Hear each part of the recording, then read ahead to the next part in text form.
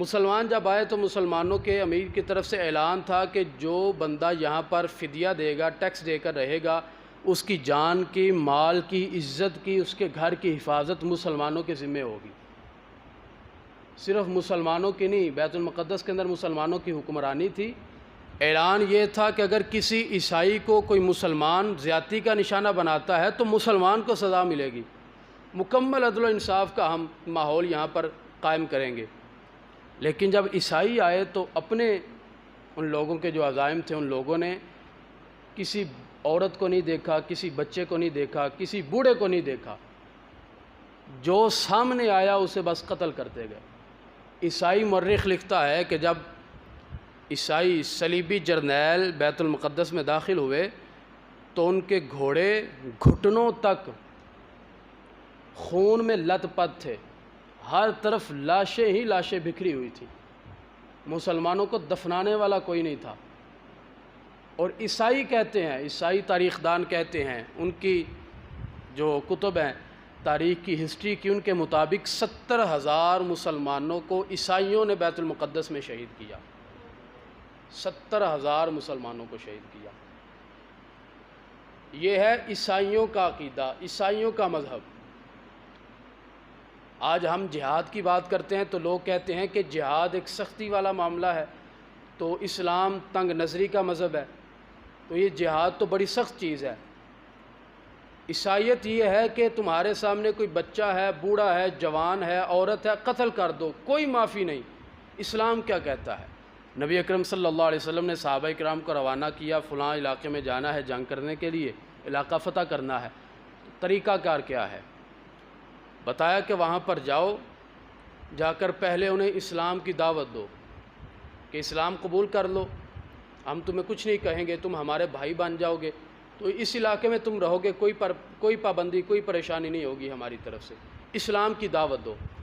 اگر وہ اسلام قبول کرتے ہیں تو وہ مسلمان ہیں، ان کے ساتھ مسلمانوں جیسا سلوک ہوگا۔ اگر وہ اسلام قبول نہیں کرتے تو فرمایا کہ پھر انہیں کہنا کہ تم فدیہ دے دو، ٹیکس دے دو، علاقے پر ہمارا قبضہ ہوگا، تم ٹیکس دے کر علاقے کے اندر رہو گے۔ معمولی سا ایک ٹیکس مقرر کیا جاتا ہے، 1 درہم یا 2 درہم، کچھ اشرفیاں سال کے بعد یہ ایک بندے نے دینی ہے، اور یہ وہ بندہ دے گا جو کمانے والا ہے۔ مزدوروں کو معافی ہے، عورتوں کو معافی ہے، بچوں کو معافی ہے۔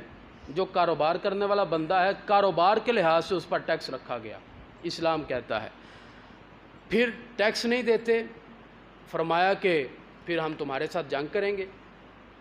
پہلے اسلام قبول کرو، اسلام قبول نہیں کرنا ٹیکس دے دو، ٹیکس نہیں دیتے پھر ہم جنگ کریں گے، پھر جہاد کریں گے۔ اب جہاد کیسے کرنا ہے؟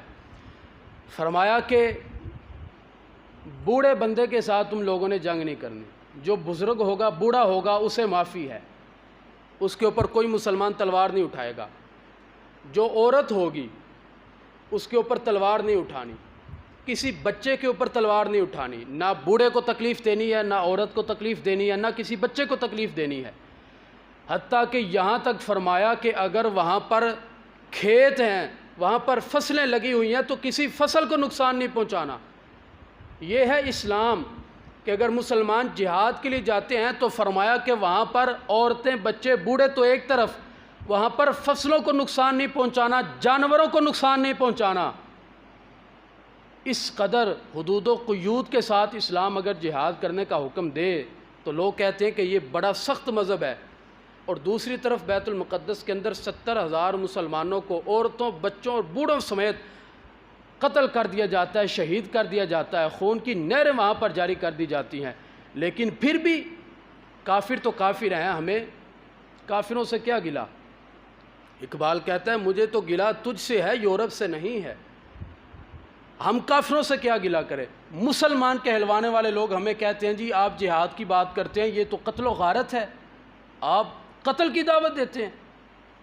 اور دوسری طرف ہمیں یہ بتایا جاتا ہے کہ عیسائی، یہودی، وہ فورن کنٹریز کے اندر رہنے والے، وہ تو بڑے جدید لوگ ہیں، بڑے تہذیب و تمدن کے حامل لوگ ہیں، ان کا تو رویہ ہی بڑا مناسب ہے۔